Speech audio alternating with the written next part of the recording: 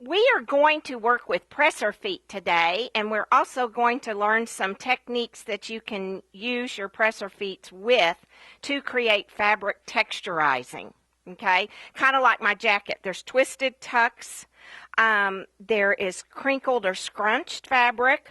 There are pin tucks, gridded pin tucks. There is sheared fabric, and then on the back, there is done with a wedge ruler. So we're going to start off with some twisted tucks, and those actually use a 1/4-inch foot.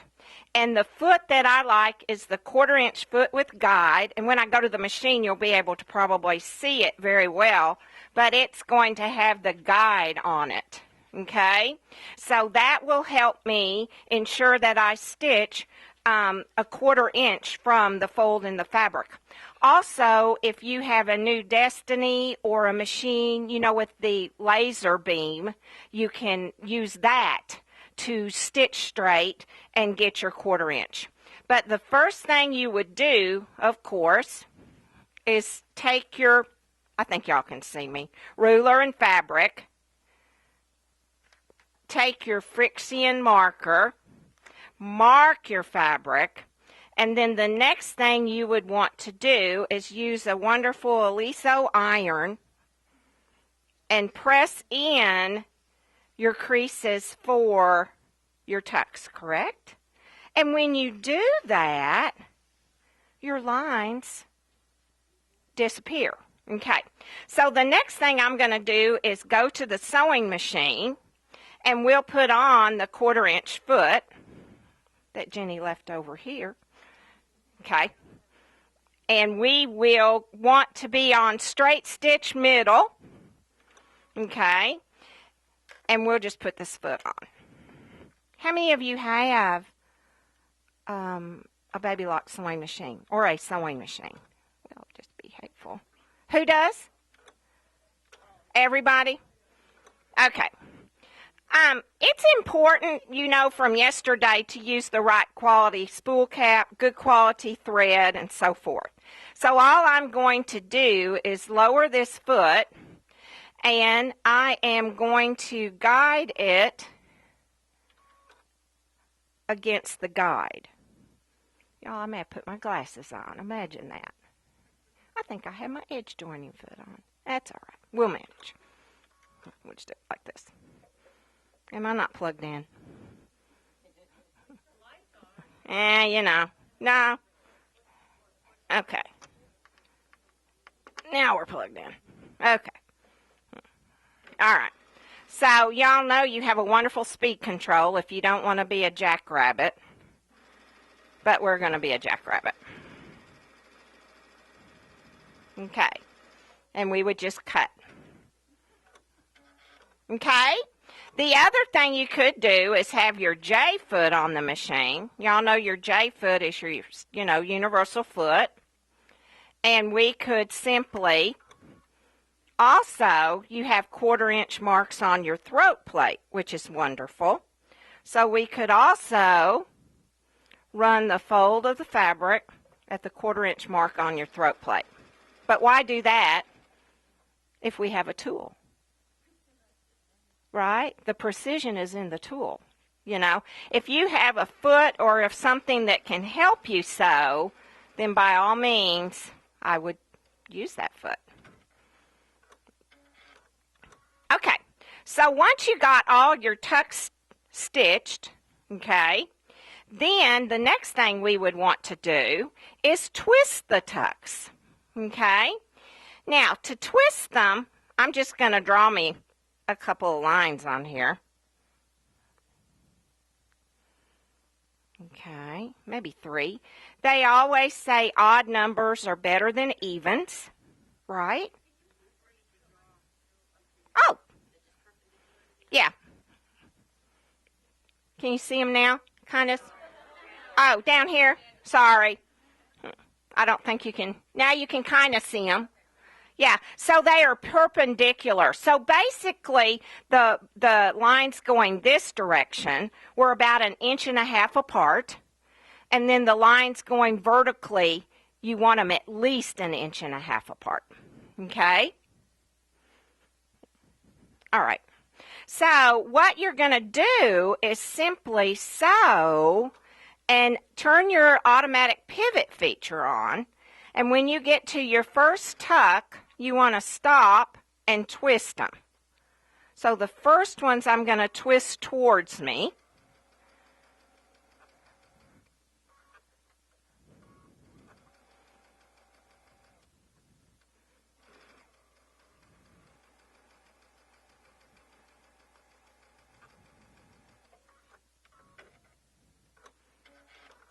Okay, the next ones I'm going to twist what? Away from me. Basically, you're sewing them as they're laying. How convenient was that?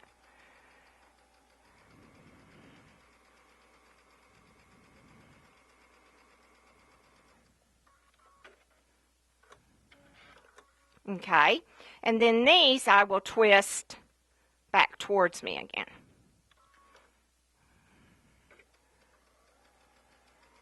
Isn't that smooth?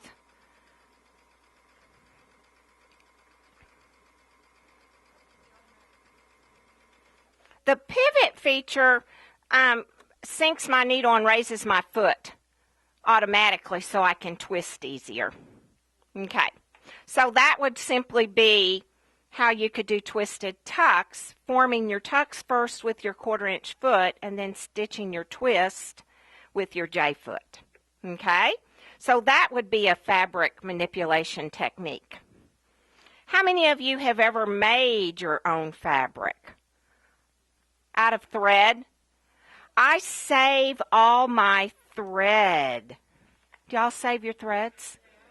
And people always say, Jenny, what in the world are you saving that for? Well, you can create your own fabric. On the vest right here is create your own fabric. If I lay it over here, can y'all see it? Right here is create your own fabric. Okay? And then on this little wall hanging, there's some create your own fabric right here. We'll lay it over here so you can see. Whoops, might help if I get out of the way. Well, we could zoom in, huh? Well, you can see. Okay, so basically you can create your own fabric, and that is kind of fun in that you can use all your threads, you can use your serger threads and things like that to create your own fabric. So I thought we would do that and then in turn embellish it. Okay, so basically the steps to creating your own fabric, there's some important tools that you need to have, and those would be a non-stick pressing sheet. Okay, you got to have one of those. Okay, and then basically step 1 would be to fuse your fusible web to the right side of your fabric. Okay, once you've done that, you need to peel the webbing off, and then you are going to put all your stuff on there. Now, I won't put very much because that will take a while. Okay, so these are just all my threads I have saved from my machine. Okay, and you just throw a little bit on here. Let me move over here so you can see. So you would just throw some onto the fabric, and you could just keep going and going and going. And then the last thing you would do, so we don't sit here and do that forever, you would take nylon tulle, lay that on the top, and fuse this with your nonstick press sheet. So we're going to pretend. Fuse, fuse, fuse, fuse. Nonstick press sheet. Y'all didn't catch me. Fuse, fuse. Okay, so you want to be sure that you use something like Steam-A-Seam 2 or something like that for your fusible web. Once you created that, oh, the magic of science. Okay, this is what mine looks like. So I have little bits and pieces of trim in there, okay, and all sorts of fun stuff, okay. So that is a fun technique to use for creating fabric. Now, do you all learn by your mistakes? Okay. Okay. Well, that's good, because some fusible webs do not completely dissolve. Okay? So this one would not be a good choice. This is one that you want to use for applique, not for this technique. You need a fusible web that will completely disappear. Okay. So what we're going to do next is, there is a wonderful foot out there called a braiding foot. Do y'all know about the braiding foot? Okay. And that braiding foot allows you to couch over ribbons and cords. Oh,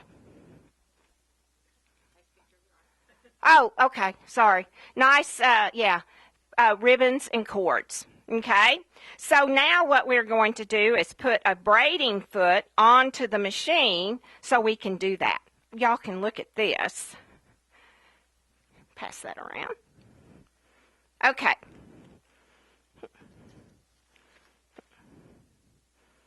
All right.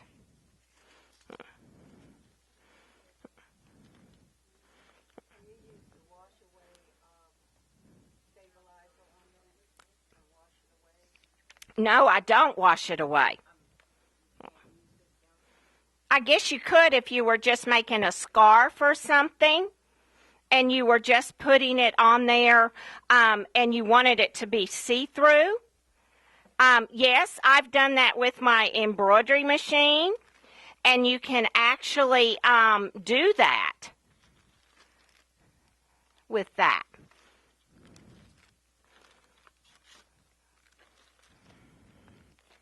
Oh, this is exciting. I can't find my braiding foot. I bet there's one right here. Never fails. Here's one. We'll borrow one. Yeah, maybe.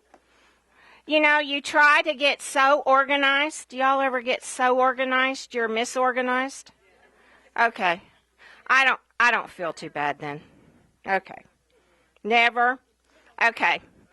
Well, while I'm finding my braiding foot, there's some other things. I mean, you could use your infoot and just sew over that, and that would work just fine. But the advantage of the braiding foot is that it feeds your fabric through the foot. It should be in here. Oh, well, let's go to the different foot. We're not going to waste our time.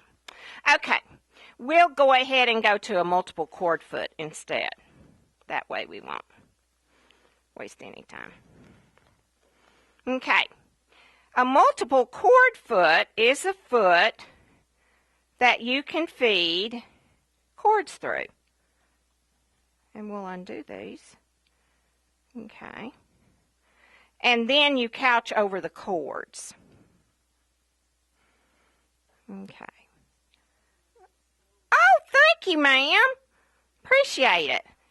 Okay, so this multiple cord foot is a foot that you can feed cords through from the top down through the foot.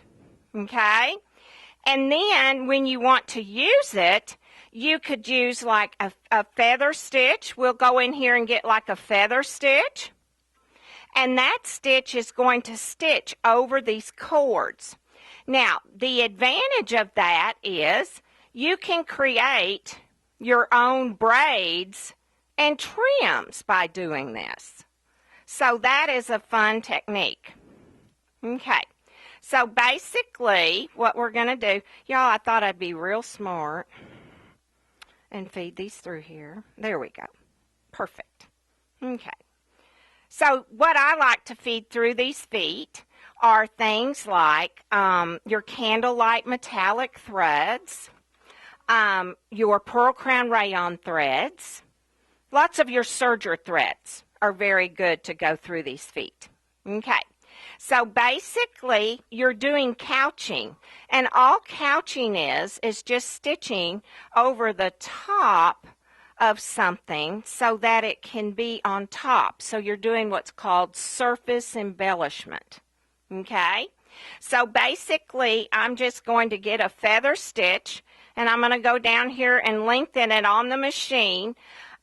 I kind of have found that if I have 7 cords in the foot, then I might need a stitch width of 7. Okay? So that just kind of has worked for me. See my snips. And we'll do that. Yeah, have you seen it? It's got 7 little holes in it. So you can feed all your cords through it. Okay. Each one goes in a hole, which is quite interesting. Who's laughing? Somebody is. That side of the room? Okay. All right. Well, I'm kind of vision impaired, and so I thought, well, I'll be real swift and load this foot and take my cords in it, you know, so y'all didn't have to sit here for 2 hours to watch me thread it. But you can just, you know, do curlicues.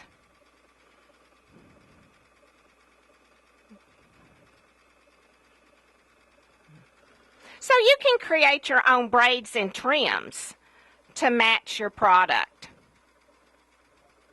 Isn't that fun? I'm doing a triple zigzag. A feather stitch. It kind of goes like this. You can't see the screen of the machine. It is number 2-11. I can move it so you can see the screen. Okay.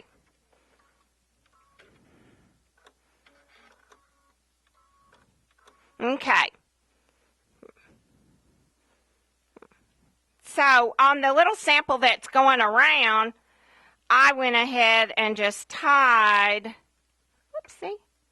some of my threads just into a knot, you know, so they don't come out. So you can pass this around. Let me cut some of these for you.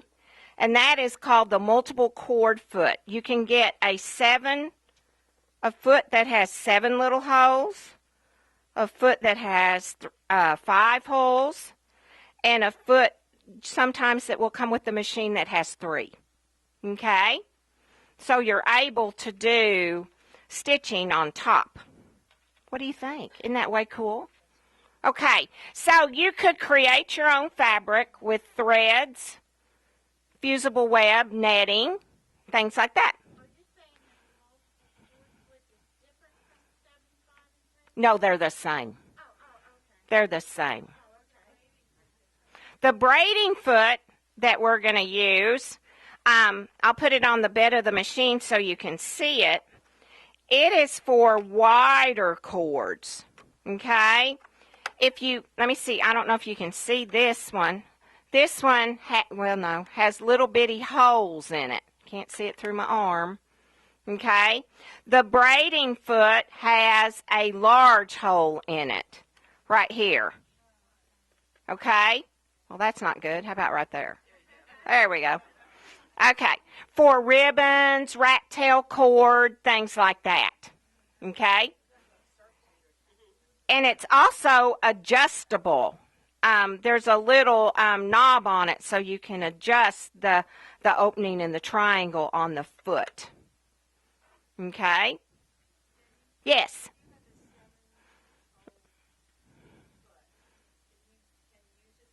Sure. Yeah, you could use one. No, you actually, here, let me get one of these pieces. You're going to thread it over the foot. I don't know if y'all can, into the hole.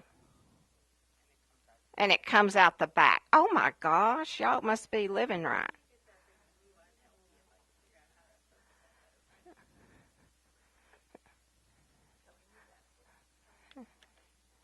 Well, yeah, I don't know how. I don't know. Okay, I don't know how. Okay, so the thread is going to feed over the foot, down through the hole.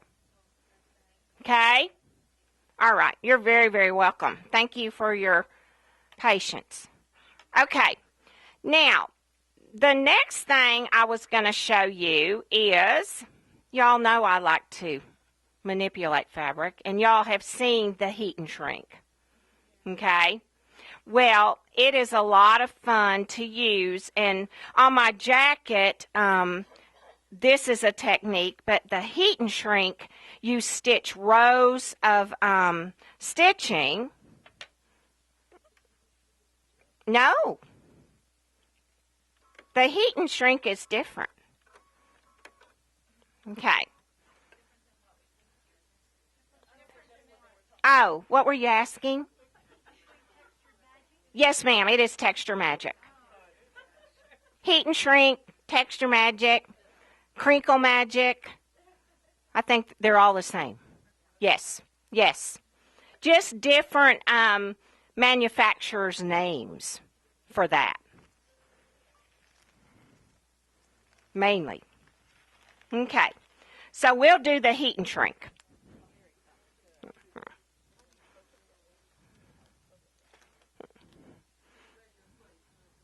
Oh, okay.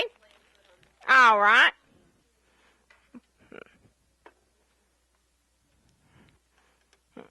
They want to be able to see the holes in the foot, how that thread is fed through there.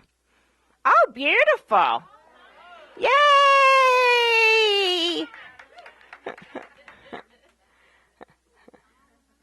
Yay! Okay. All right. You might as well stay right there. Okay. Okay. All right. So, heat and shrink, texture magic, crinkle magic are all the same, and they're the product that I don't know if I can lay it down here. Okay, it's the product on this little sample where the fabric has been shrunk with the product. Here, right here, this is once again with the multiple cord foot, okay? And then this one is what we did first with the twisted tucks, okay? So we're going to do heat and shrink, texture magic, or crinkle magic. Yes. After. After. No, they were straight. I think. Okay. So basically, you're going to take your heat and shrink, okay? All right? And you can do this many ways. You can actually draw lines on the fabric, the heat and shrink, right? You could draw lines on the product, the fabric, not the product, and then you are going to stitch. If you don't want to draw a whole bunch of lines, you could use a quilting bar for your spacing, couldn't you? Okay, so I'm just going to stitch a couple of lines. I already have horizontal. I'm going to stitch a couple of vertical. The closer together your lines, the more texture you get. Okay? You can also use this product if you do machine embroidery. This blouse has flowers that were created with the heat and shrink. Okay? Another thing you can do is take a stipple design, and you can do, this is a little bag, and it's stippled and shrunk. This is one of those little, oh, bags. Oh, it takes a few minutes. Okay. Okay. All right. Hold still. Okay. I'm not good at that, evidently. Okay. I know. I am a moving target, I guess. Okay. So we're going to go to the machine and just have straight stitch middle and the J foot. And we are going to stitch some lines going the other direction. Imagine that. Okay. I've got some this way, and I'm going to go this way. Yeah, yeah.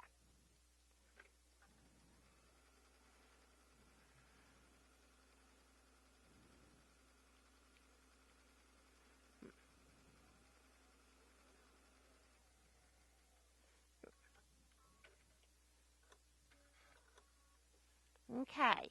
We'll do another one. How many of you like to go ahead and make your machines tie off automatically? Okay. We can do that. On your screens is a little, looks like a horseshoe, and then a scissor. I'm going to turn my pivot feature off. Okay. So now it's going to dance a little for me.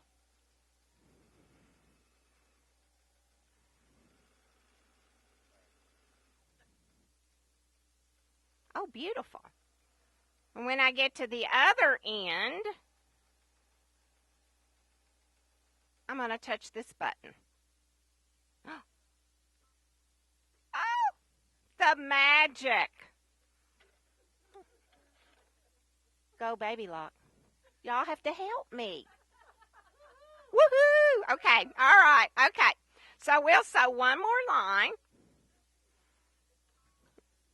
Okay. All right. All right. We're going to do it again.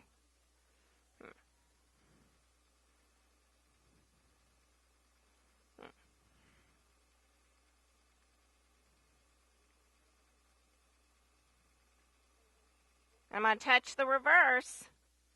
Woohoo! Okay. So that's real nice to be able to do. Okay? Now the next thing we would need to do would be to shrink it. Imagine that. Okay.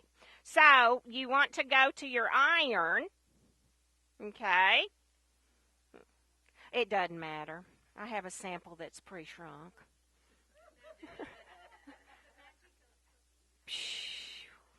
Oh, it is. It's good. Okay.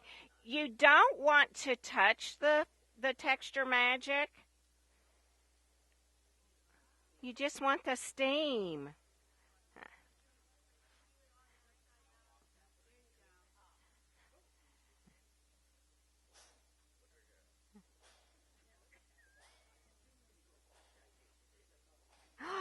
Magic. Okay. All right. Okay. So once you get it shrunk or crinkled, depending on how many rows of stitching you do, it crinkles. Okay? Is that not way cool? Okay, I would much rather crinkle and wrinkle than shear. You know, this is planned crinkles and wrinkles. Okay, all right. Now, on that, we are going to, we'll use the braiding foot since some kind soul brought me one. Thank you. Okay, all right. So we will use the braiding foot. All right. Now, one of my favorite things to put through the braiding foot is ribbon. Okay? And I like the one that is probably, you know, 1/8 of an inch. Okay? And you are going to feed the ribbon through the top part of the foot. All right. Down underneath. Oh, my hands are in the way. I'm already in trouble. Okay. You see? Okay? All right. You know, I've never tried that. It probably would do some, but I don't know how much it would shrink. Does that make sense? Because of the weight of the fabric. Yeah, I think it would. I tend to probably use quilting cottons. Okay, so now we are going to stitch over this ribbon. And my favorite stitch for doing that is in category 3. We can use that, or we could use 2-14. We'll do that one. Okay, it's called a ladder stitch. I used to call it railroad tracks because it makes little boxes. Okay, now there's something we need to think about because our goal is for our stitch to stitch over our ribbon. So I found if I adjust this to about 4.5, it stitches over my ribbon. Okay? Okay. If you want it to not do that, then you could do a feather stitch to couch this on also. Okay, I'm going to turn off my auto tie off and auto cut. Okay, and we're just going to stitch over this ribbon.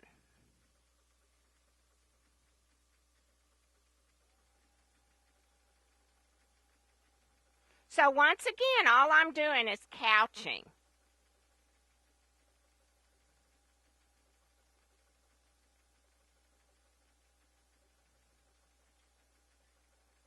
Doesn't it?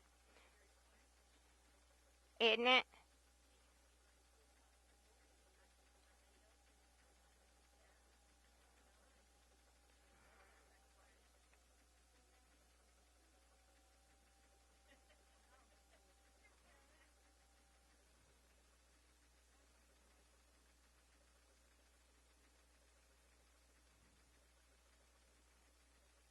So what the foot's doing is helping guide the ribbon for me. We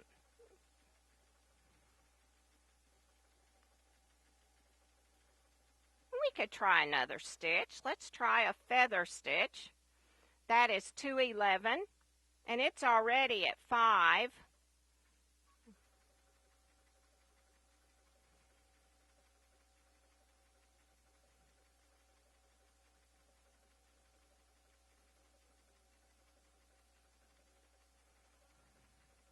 Can you see it all? Kind of, sort of. Oh, look at that. That's fabulous.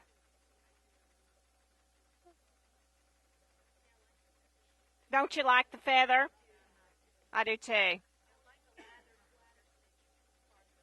Oh, you could do that. Absolutely. Mm-hmm. So I'll pass this around so you can just kind of see the difference in those two stitches.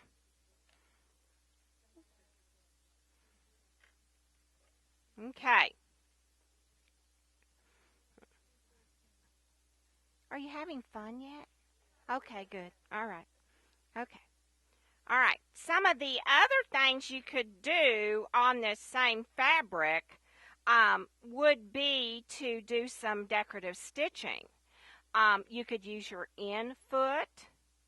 You could use your candlewick foot, your open toe foot, any of the kinds of feet that increase your visibility. In? Absolute. Yes, I will. In is in, that's fine. In is in Nancy. I'll find that too. Uh-oh.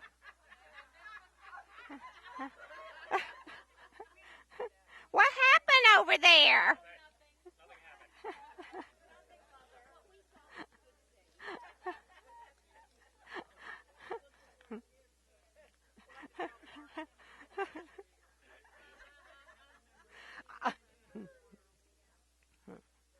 Okay. All right. I'll come over here and lay these feet over here. Maybe we can zoom in and get these feet. Beautiful. Yay! Oh, Fabulous. I'll tell you. Yeah. Patient. Okay. This one is your in foot. In is in Nancy. Comes with the machine. On the back, it's cut out, so it's for decorative stitching. So when you choose a stitch on your machine, such as 205, it tells you use your in foot. Okay? It recommends a presser foot for you to use. Okay? Your optional feet that are out on the rack are not in the machine. Okay? It doesn't know you're doing couching and so forth. Okay. All right. The next foot is your clear plastic foot, which is called an open toe foot. And can you see how the front of it's completely open? Okay. It's for decorative stitching, or if you're doing something where you want increased visibility, you want to see where you're going. Applique, blanket stitch applique, heirloom sewing, things like that. Okay? Your next foot is your candlewick foot, which is an open toe foot, right? I'm going to flip it over because can y'all see they're cut out on the back? They have a channel or groove where your satin or decorative stitches will fit and slide through your foot. Okay? So, no. Candlewick. The candlewicking foot and the open toe foot are optional feet. Don't come with. Okay? All right. So we're going to do a few decorative stitches. Yes. What?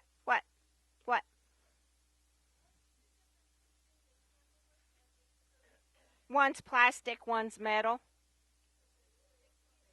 But they basically will do the same thing. It's a personal preference issue.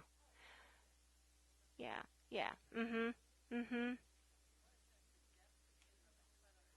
That may vary. Yes, I think the candlewick is a deeper depth. Because it was designed for machines that have candlewick stitches, you know, the little round ball stitches, like the hand candlewicking. Yes.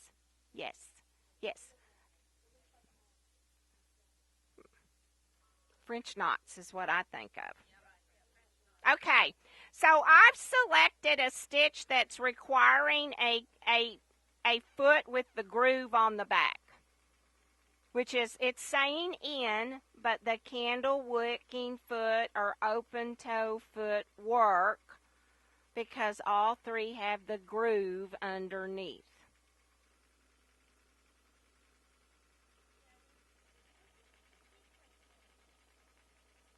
What, honey? On my jacket? Well, let's see. I didn't know it had sequins. Oh, I put those on with the sequin foot. Yes. There is a new sequin foot. Yes.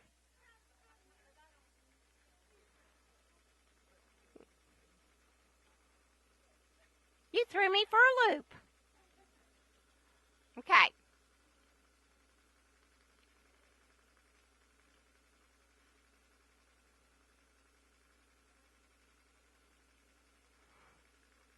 I like the visibility. If I'm doing, I'll hold something up. If you're doing like heirloom sewing or something like that, you want to see where you're going. Absolutely. So let me hold something up so y'all can kind of see how nice. Now, we have this set up for decorative stitching, or like it was set up for machine embroidery, with embroidery thread up top, bobbin thread in the bobbin. So when I do decorative stitching, that's how I like to set up. Okay. Bobbin thread in the bobbin. Bobbin fill, your finishing touch in the bobbin. I put them in the bobbin. That's coming up. Yeah. Okay. All right. I'll hold this up, and it's hard to see because it's cream colored. But this top part is all done with an open toe foot because it's also done with a wing needle. Okay? Uh-huh. What's a wing needle?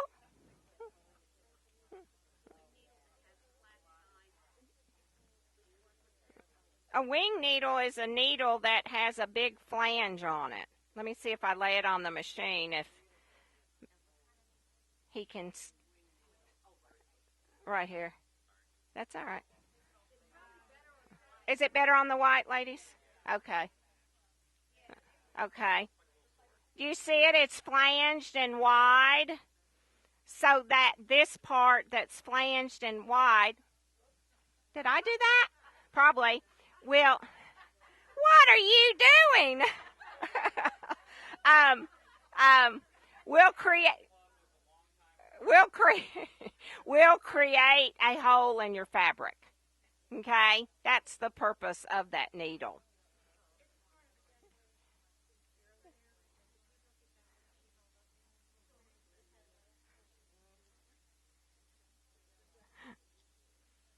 You can come up and look when we're, yeah, finished. Oh, show this off? Okay. See the holes? And y'all can also see some of the other things like twisted tucks and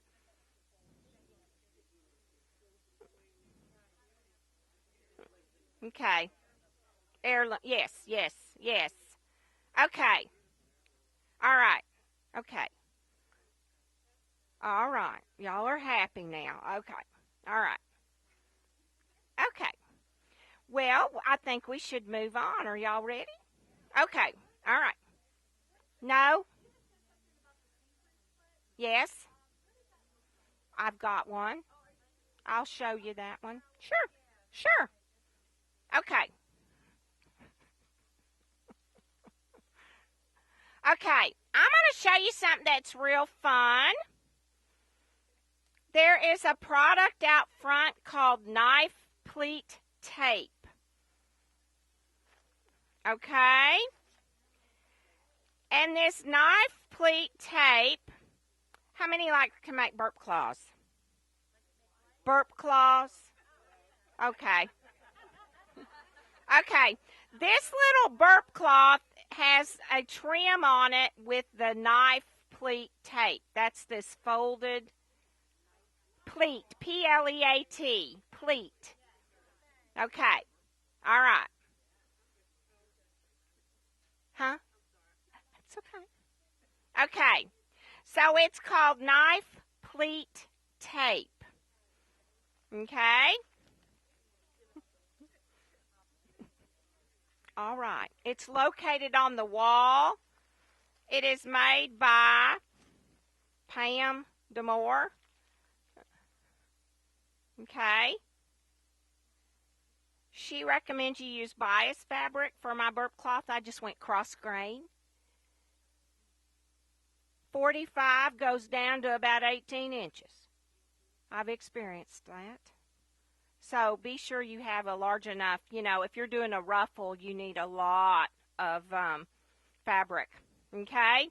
So basically, you're going to fold your fabric wrong sides together. Okay? And you're going to put a piece of knife pleat tape onto your fabric. And y'all may notice there's ones and twos and all sorts. That's going to determine how you pleat it. Okay? So we're going to go back and have a straight stitch on the machine, and we're going to pleat this. How many people use a stiletto when they sew? Yeah, that would be a wonderful place to use one of these.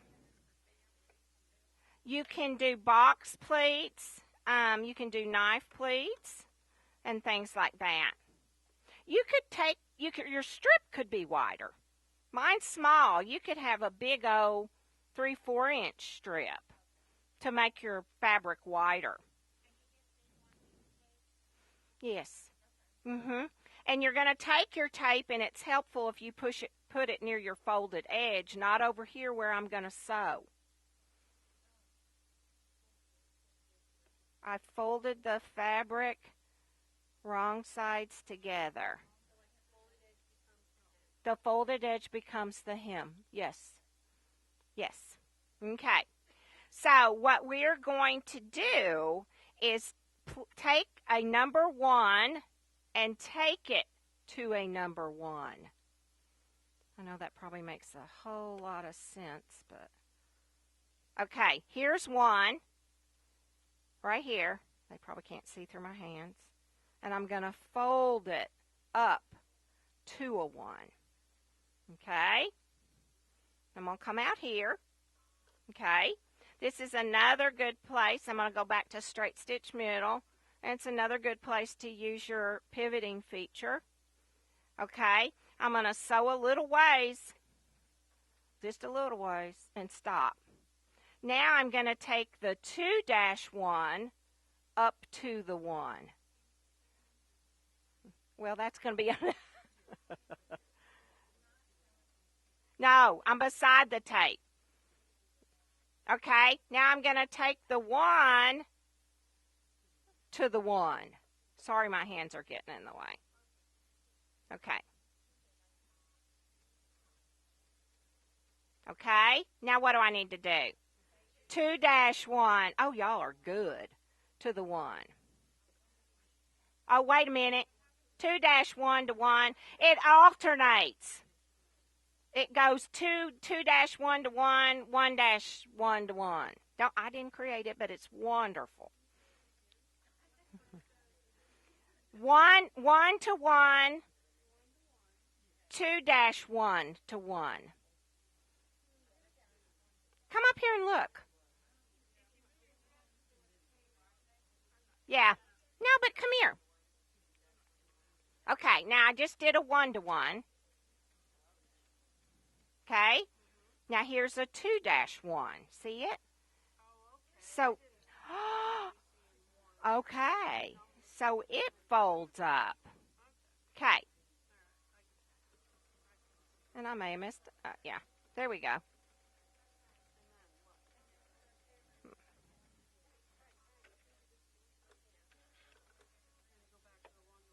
Yeah. Okay, so then you would have your pleats. Uh-huh. I'd stitch further over. I'd stitch closer to the raw edge. Yeah. Okay?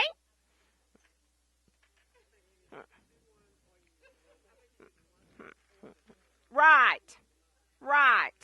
So basically on that, you're going to want to, if you're going around a pillow corner, you would want to cut your strips on the bias, correct? So they would stretch. I cut them for some things across grain.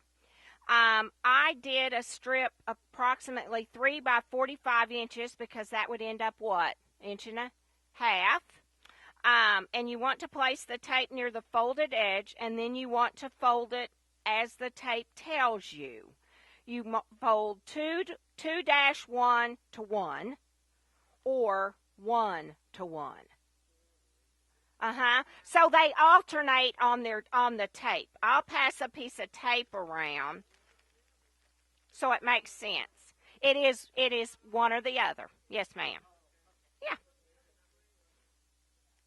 If you want 3-inch pleats, if you want 2-inch pleats, you would match them up different. Okay, so y'all can look at this. This is the tape. That'll make more sense. Okay.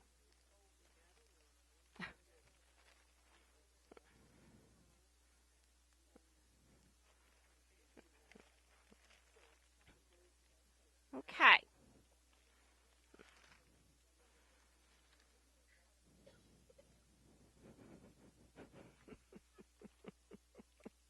Now y'all saw the bi-level foot. yesterday or the other day. Well, I use it for top stitching. Okay? So if you have made like a quilt sandwich or something like this, it works very well for top stitching. Okay? Around that. Okay? So I thought we would try that foot. Now let me lay it on here so you can see what this foot looks like underneath, because that's what's important. Bi-level. I'll lay it under here. And you can see that it's deep and then it is shallower. Do y'all see that? Okay, it's cut out and then it's higher. So lower, higher. Okay? I also like to use it even for some top stitching, like around collars and stuff, you know, where you have a thick high and low area. Okay? So we'll put the bi-level foot on.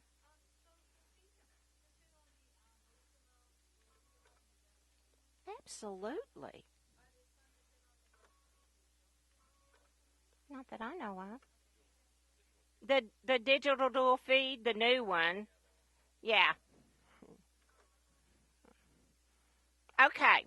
So basically, we're going to let this ride through the machine so that my thicker fabric is where the foot is what? Cut out. Cut out more. Yeah. Well, you could look at it that way too. Yeah. Okay, and we're just going to stitch. So the thicker fabric is here. The lower fabric is here.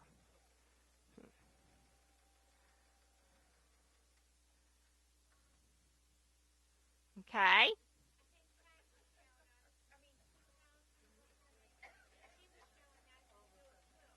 Yes, absolutely. You could do the binding. Absolutely. That's one of the uses. Another use would be for top stitching little things like pot holders that were just stitched and turned. And you could try it on your collars.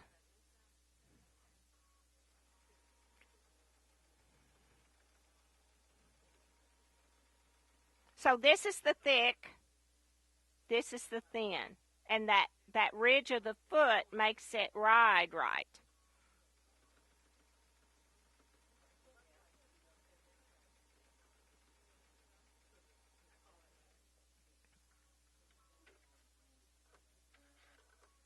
Okay, so that is the bi-level foot. Okay, all right. Okay, so it's going to help you with stitching and top stitching and things like that. Quilt bindings, it would be a good thing to use when you're stitching on top. You know, where if you fold your quilt binding to the front and you want to use a feather stitch or something to stitch to attach your quilt binding. Okay, all right.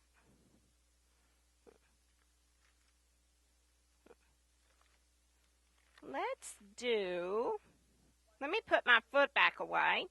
How many of you do any of you do upholstery or make pillows and things like that? Pillows? Okay. Okay. Okay. There are two new feet out that allow you to make the product that's called welting, which is a cord and a cord. Okay. There's many ways to do this, okay? I'm going to do what works for me. There are instructions in with the feet because you can vary how you wrap the cord, okay? That's the whole thing, okay? The cord that is recommended is the one that's out on the wall. It's the 1/4 inch cord, and it fits the feet the best. Okay, So we're going to make some single cord, and then of course you can attach your cord if you were wanted to use this for piping, cording, piping, okay? The other thing that foot allows you to do is to create welting. And I'll hold this up so John can see it. No. What is it? This. Mhm. Mhm. There's two double cord. Yeah. The name of the foot is the welting foot. Double cord.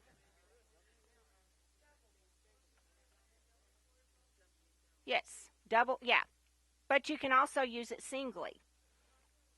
Okay. If you have 1/4 inch cord and you wanted to make cording or piping, you can put 1 or 2 cords, okay, into the foot. Okay? And there's 2 of those. And I'll lay them over here so you can see them.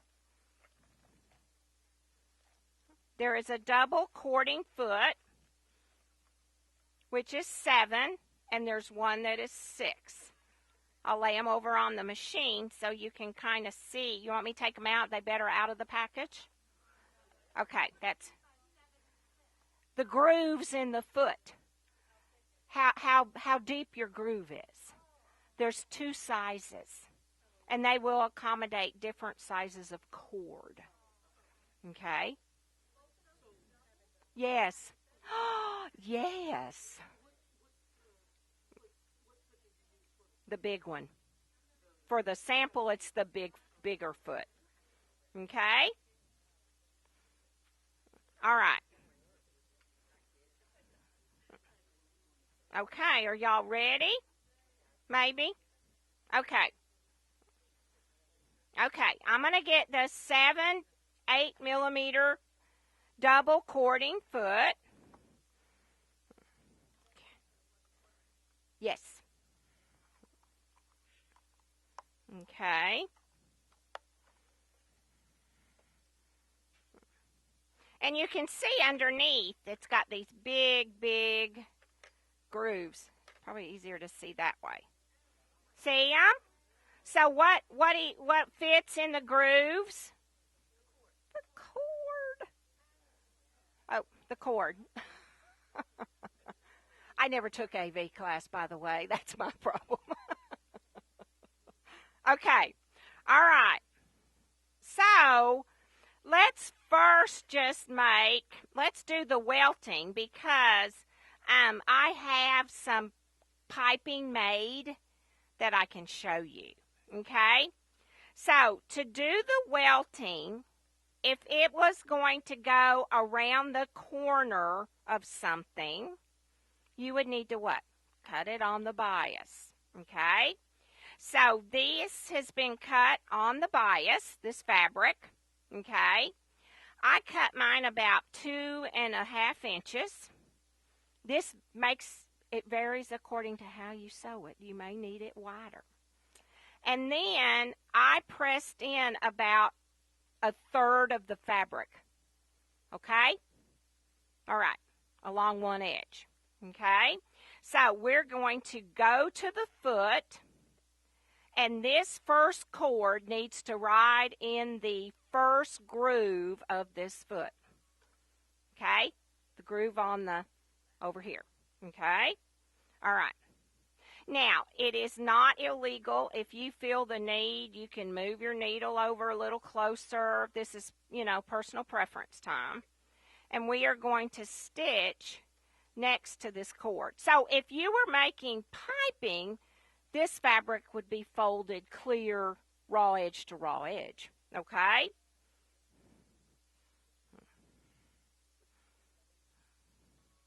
Okay, so we're going to sew next to the cord.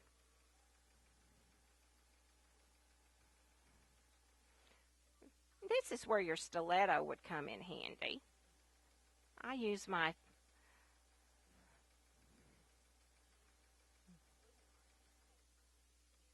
Oh, that would be beautiful. Yes, that would work too.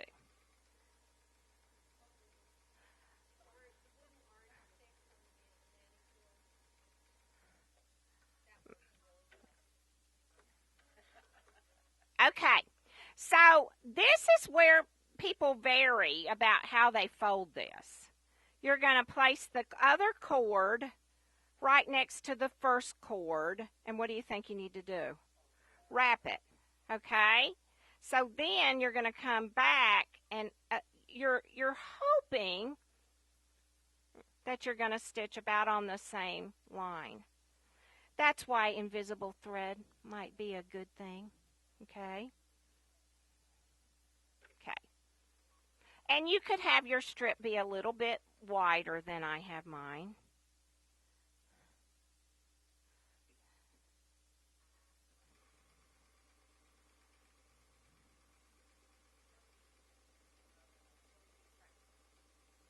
For this, okay, if you upholstered a chair, you know where you staple the upholstery onto the wooden frame of the chair. This is what people glue to cover that type of thing up.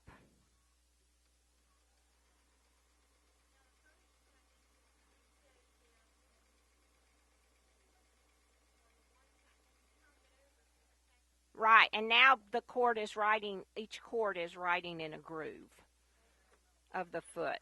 Okay? Then if you have a bunch of this fabric left, you're going to come in and trim that away. Okay? These snips aren't going to work to do that, but that's okay. We'll just pretend. We'll pretend. So you would come in here, oh, there we go, and trim this away.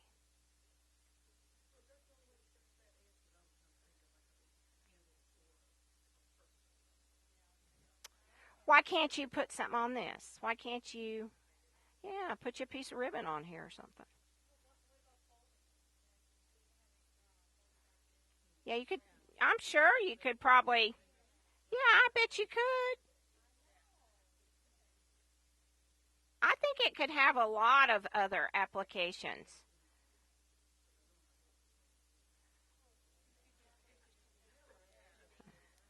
Yeah. Okay. So now that has created welting. Now, another thing you can do that, well, I kind of got crazy. You could also stitch it onto the top of something. And I actually went in and I used stitch number 3-08 and make it wide, fairly wide. And anything that will stitch from the center out, you know, and then out, you can couch this on to something. Yes, ma'am. So that's kind of interesting. After you make it. Can you see this? Absolutely. Watch that big pin, okay. So the other thing you could do is to make cording, right? Just a single edge. And how many of you have a serger? Okay, you can use this same technique. You know how on a serger you bisect the corner and clip up to the cord? You can do that very same thing for applying this cord. Okay, so let's just go in and you're going to have different colors of thread, but that's okay. We just come in here. Well, we might want to unpin that. Okay, and you could sew down to this corner. Oh, I was going to do the entredot stitch for y'all. Better go back to straight stitch, center. Okay. That might be kind of pretty though. And you just come to your corner. And when you get down near the corner, just bisect the corner with your scissors. And then you should be able to turn this. Okay, so I actually went ahead and sewed off.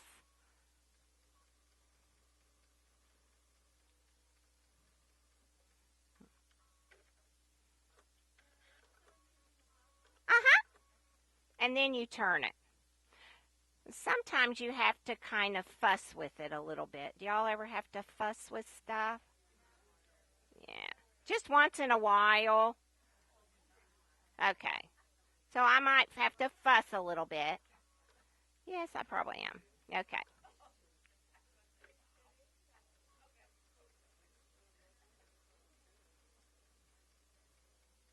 Okay. So that is kind of fun to be able to create the welting. We can pass that around. It's not. And I think you could do I haven't thought of that yet, but I bet. Oh, why can't you make a tube of fabric, insert both the cords, and stitch it? Then it's completely encased. Oh,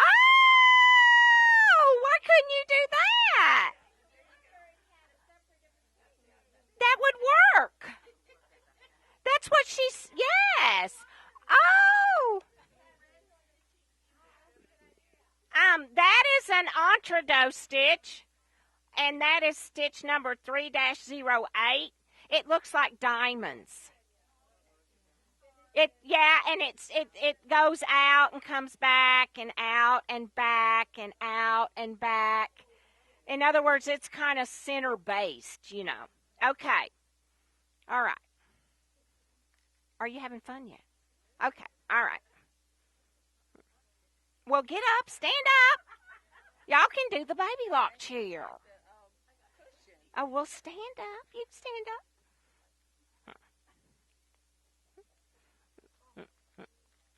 up. Okay. All right. How many of you like to do pin tucks? Okay. Okay. We'll do some pin tucks, but y'all can stand up. Stand up. Move around. Stand up a minute. It's going to take me a second, so please stand up.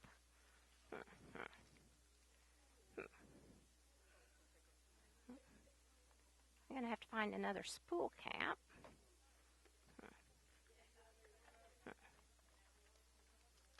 Y'all should stand up a minute. Okay.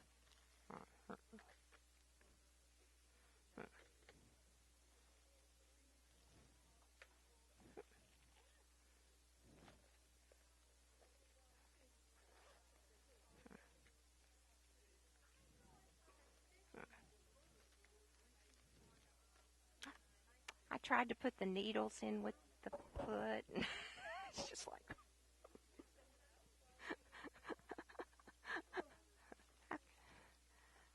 Okay, I'm going to make you sit back down quickly in just a second.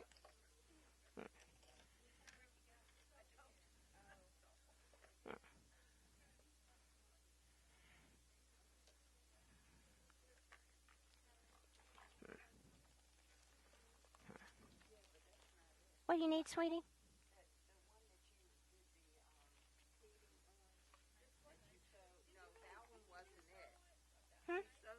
Mm-hmm.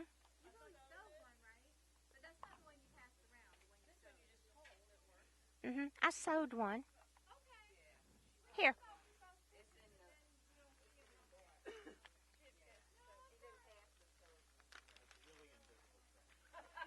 Yeah, it's the best thread on the market. There you go.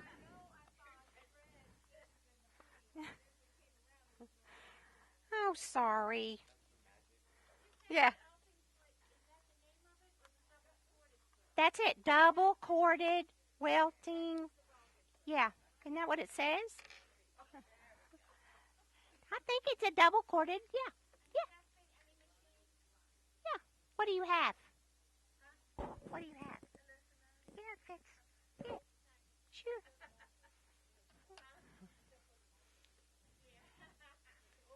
Um, unless you, yeah, that should fit.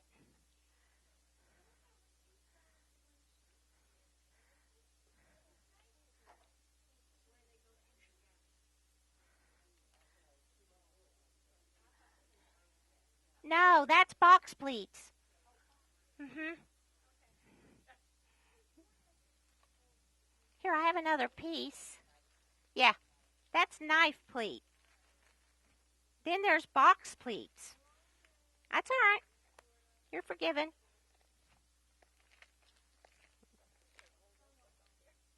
Huh? I do.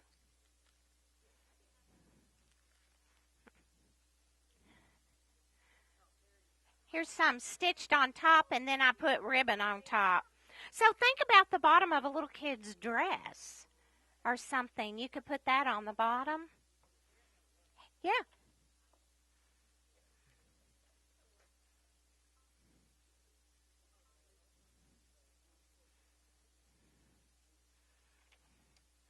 Okay, we'll thread up and we'll do some pin tucks.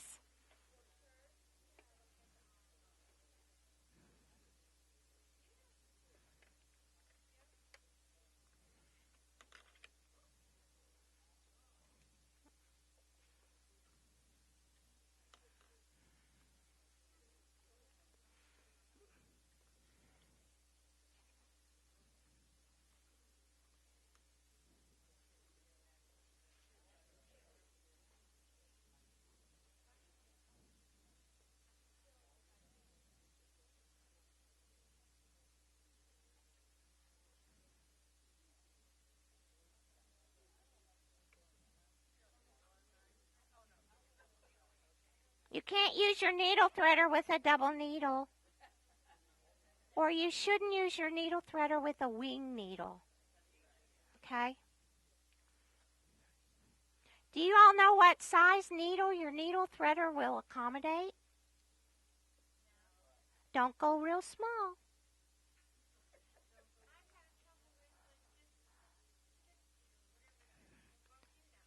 Just a minute. I have it written down. I don't want to misspeak. Okay.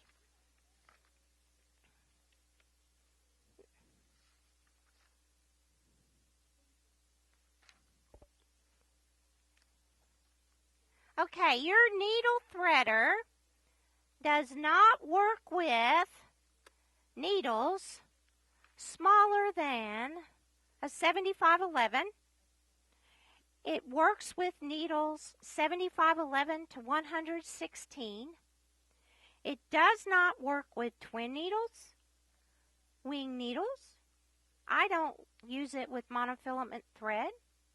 And it doesn't work with thread thicker than 130 by 20. That's thick.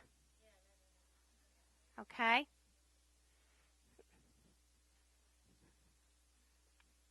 Probably the monofilament is my personal preference not to use it. Well, I may not be able either.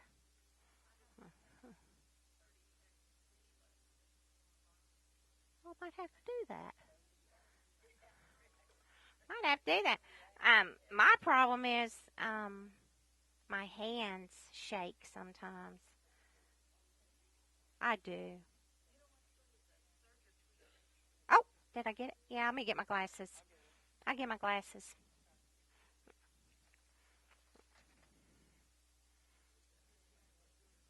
They're broken, but I'll get them. Oh, glory be. Yeah, I should have had them on the whole time. My problem is my hands. By this time of day, my hands kind of are tired. Okay, y'all ready for pin tucks? Believe it or not, there's a new pin tuck foot. I didn't want to disappoint. Okay, there is a new pin tuck foot on the market, and it actually is called a 3-groove pin tuck foot. No, I'm not kidding. You did? Yes, you do. Okay. All right, I'm going to lay it up here so you can see it. It's got the 3 grooves. Okay? There's another thing that's quite exciting on the front of the foot, and I don't know if you'll be able to see this, but on the front of the foot are little bitty marks. Those tell you where the 2 outside grooves are. All right. Now, that's what I say. Okay. All right. So, it recommends that you either use a size 3.0 needle or a 4.0 needle. That's the needle width in between that they recommend for this foot, okay? So that you get the best stitch quality. Jenny can't see today. Okay. All right. Now, when you do twin needles, you want to be sure that you are stitching on a fabric that's going to tuck. Okay? So, you need to be sure that you are stitching on a fabric that is fairly lightweight that will tuck for you. Okay? So, this is, and I'll pass these around. This is a 3-groove pin tuck foot. Okay? And I had to adjust my tension up a little bit. If your tucks are not standing at attention or tucked enough, you may need to tighten your tension. Okay? This is with a 3.0 twin needle, and these are with a 4. I can see a little bit of difference. Not a whole lot, but a little bit. Okay?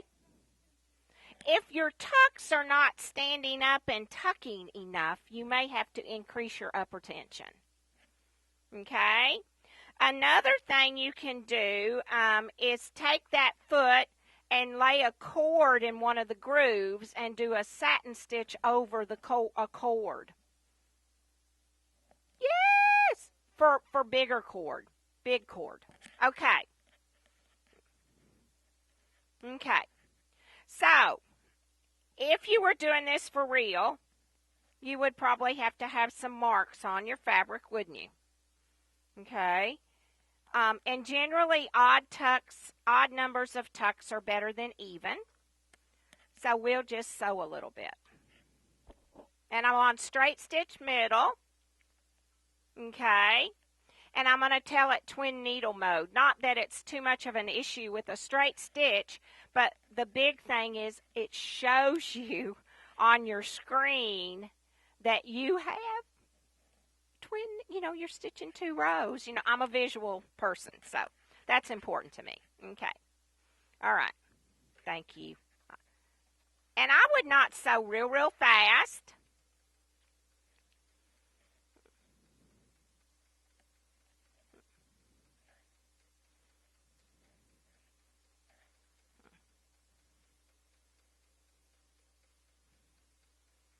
So we'll sew our first one.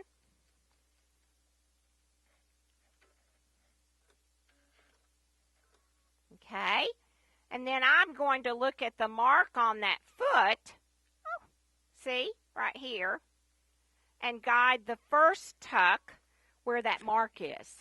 It's kind of hard to see, but there's a little mark right there. Okay. This is on it's on the raised part of the tuck.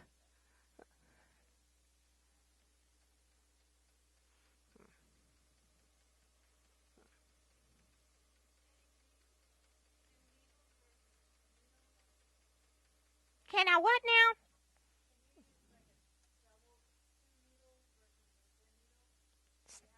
You had to use a twin needle.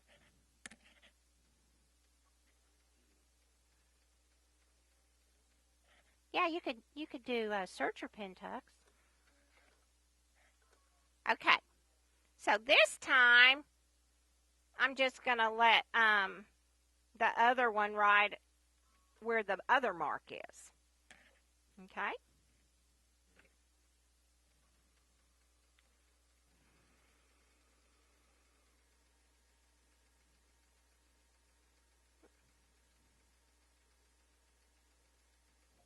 What do you think? Isn't that wonderful? So, like, I can pass these little samples around. They're not perfect, but you can still see, you can look at a 3 and a 4 groove, a 4, size twin needle, and you can kind of look at the cords. Okay. Now, there's nothing wrong, like on my jacket sleeve, there are gridded pin tucks. Now, I want y'all to look right here. One of your threads goes behind number 6, right here, and one doesn't. That's what works for me. Okay? All right. So if you wanted gridded ones, you could just have more lines, right?